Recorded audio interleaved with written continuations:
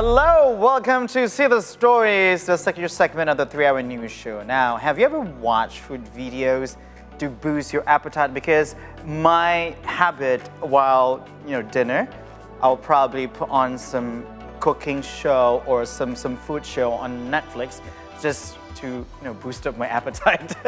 I'll probably watch some steak show. I'm big on the who's that? Curtis Stone. Oh yeah. I was really big on that, and the early seasons of MasterChef, of course. All right. Australia so and US. when it comes to that, who is your favorite food blogger, let's say, or what do you call it? Food writer, food journalist. Do I have one? I don't know. I don't think I've actually thought about. I haven't read much about food. I like watching food. You like watching? Yeah. You like watching food. Okay, but have you ever heard of a culinary storyteller?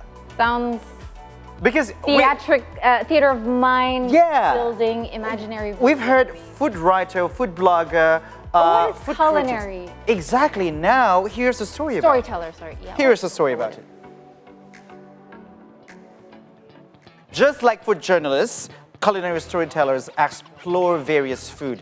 They include cultural and personal experiences to describe food, combining a great story with compelling visuals. Now, culinary storytellers are also required to learn the history of a dish. So they're usually writers in written or on camera, on both? They could be both. They could be like, journalists in terms of the type of work, but on the content itself, because storytelling requires you to do deep research on the history of the food and how the situation in that time actually could influence the food that we know now, and things like that. Well, certainly something to guide your imagination with. Yeah. But I would love to learn more about this. I seem to be a newbie in this, and I thought I knew almost everything that has to do with food.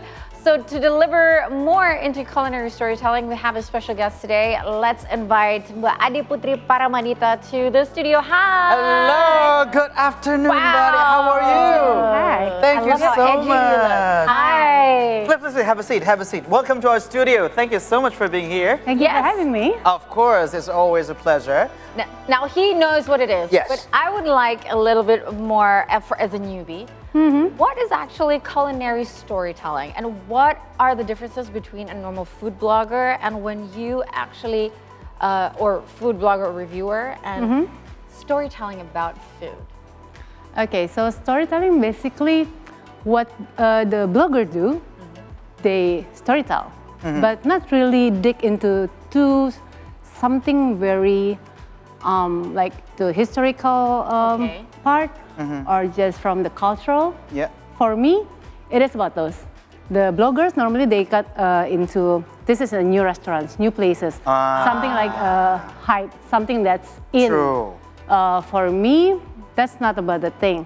I want to dig deeper into what we have in the plate. It's more than just about that. It's more than just about whether it's delicious or not, but it's about how it's made, the ingredients, the history and cultural behind it, because it's a long story. Yeah, true. The process from the raw materials towards what you're having on your plate is actually also a process in history. But on that case, what type or should I say what type of storytelling that you use? What kind of storytelling? How is the structure of it, let's say, if you have any, to connect your audience with the food and also bring the essence of the food to life? Okay, so it depends on the media, on the platform. Where am I going to share this about? On Instagram, of course, not much, because there are limits. True.